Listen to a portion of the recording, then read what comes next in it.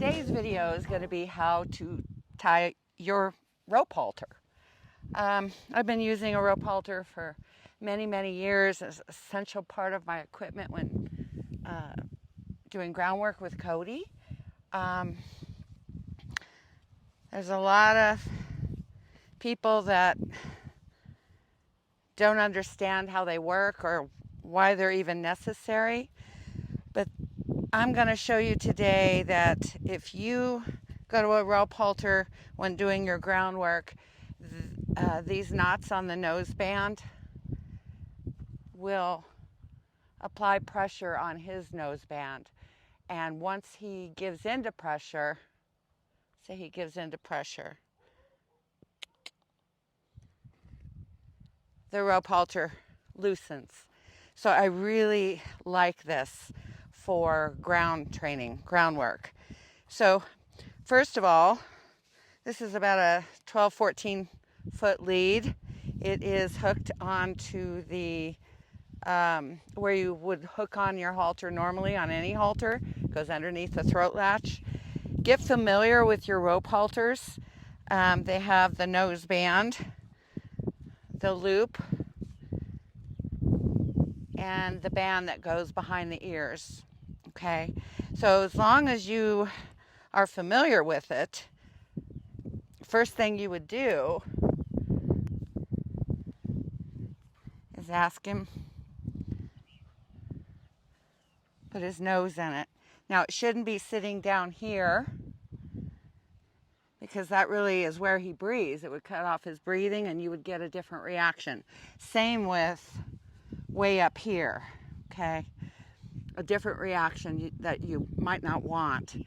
So the ultimate placement is between the nose and the forehead, right where you would put a normal halter, right where you would put your bridle if you had a nose band or cavesson or whatever you use. So let me turn him around. Okay. So what we're going to do today is I'm going to show you how to tie one. So you've got your loop, you've got your string, goes over the behind the ears. You insert it into this loop and pull up, just like so. Now, before I tighten it, I'm going to adjust it. This knot right here goes underneath his throat latch, pretty even, okay?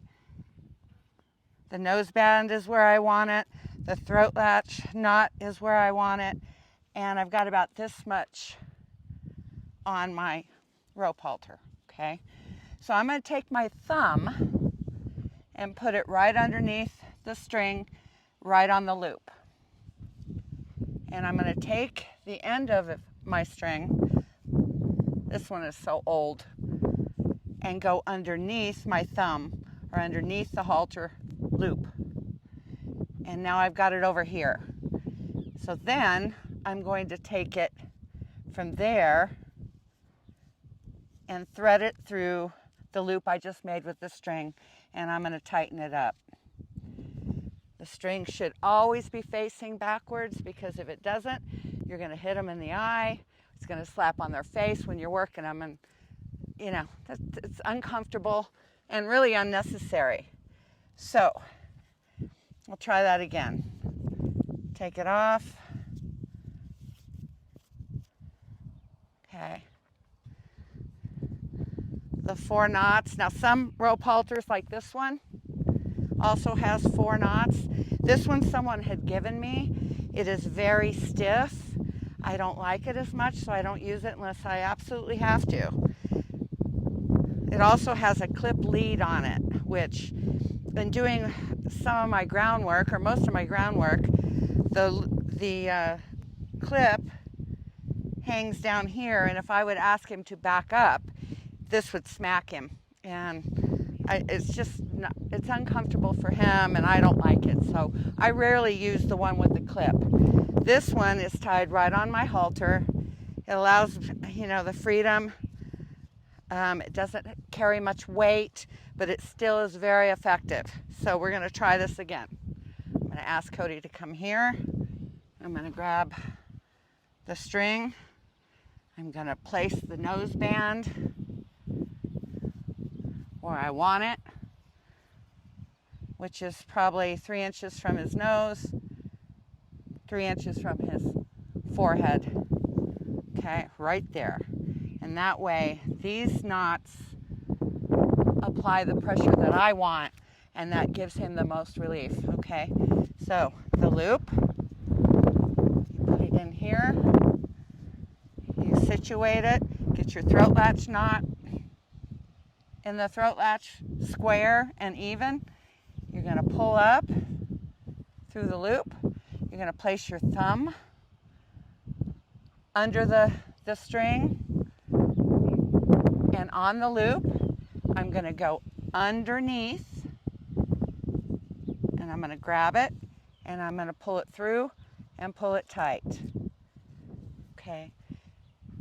Always face the back, because we don't want our horses smacked in the face. I've seen a lot of people do this.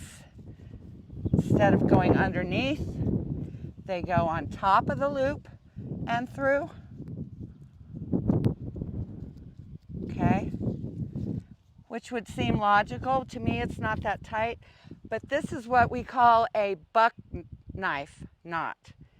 If he should pull back or put any pressure at all, and they're 1,100 pounds, put a pressure on this halter, this would tighten so hard that you'd either A, have to cut it off with a buck knife, or B, use a screwdriver, without poking your horse in the head to get it off. So always remember, through the loop, under the loop, and through. And there you go. Now this is the beginning of your groundwork. To me, I love these halters because if you'll notice, you can start by putting any pressure on the lead rope. It allows the release that I'm looking for. You can teach him this is a relax cue. You can also teach him from the pull. So the more I pull and release, okay? I pull and release. That's his reward. Leading. Okay. Leading.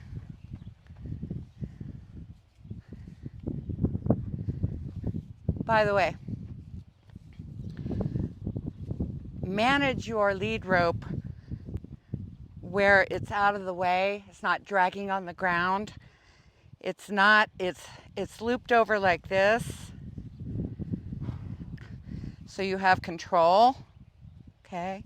You can lead with one hand, hold your rope in the other. Okay. Do not do this where you're looping it in a circle, because if he should pull, I'm caught. Okay. Could break my hand or really hurt it, give me a nasty rope burn. So always manage your leads like this, hand over, and lead him that way. So subscribe to my channel, give us a thumbs up, let us know what you think. Thank you for watching My Horse and Me. This is Sandy and Cody. Bye for now.